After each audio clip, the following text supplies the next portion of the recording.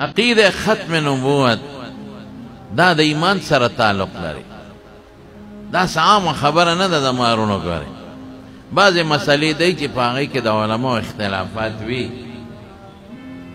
څوک وایي په مانځه کې رفع الیدین کوه، څوک وایي مه کوه، څوک وایي امین په جهر په زوره وایه، څوک وایي په پټه وایه. دا د علماو منځ کې اختلافات شته دی، د مخکې نه را روان دي. دا د کفر او د ایمان سره تعلق نه لري.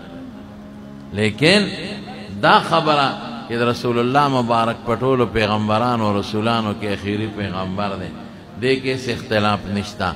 دا متفقون علیه عقیده د ایمان سره تعلق لري. که څوک په دې عقیده کې شک ګڼي دا د ایمان نه وتی دی، کافر دی.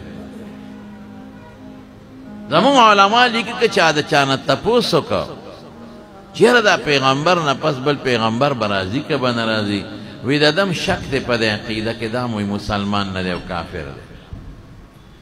تاسو ته به زه یو خبره وکړم، که څوک دا وایي چې یاره خدای یو دی او که نه، دا مسلمان دی که کافر وایه؟ شک دی. که څوک دا وایي چې یاره قرآن شریف د خدای کتاب دی او که نه دی، یاره لږ معلومات را روانه، رښتیا ووایه دا مسلمان دی او که دا کافر، جواب را کوئ.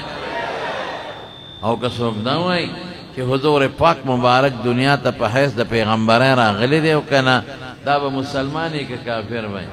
نو که څوک دا وایي چې یاره پیغمبر اخیری پیغمبر دی او که نه، نو دا مسلمان نشي کېدی. د قرآن شریف د 100 آیتونو نه زیات آیات دي، د 100 نه زیات، څه صریح دی بالکل. وما محمد الا رسول قد خلت من قبله الرسل، خبره ختم. هغه نه مخکې پیغمبران تیر شوي دي، وروسته به نه راځي. ما كان محمد ابا احد من رجالكم ولكن رسول الله وخاتم النبيين وكان الله بكل شيء عليما.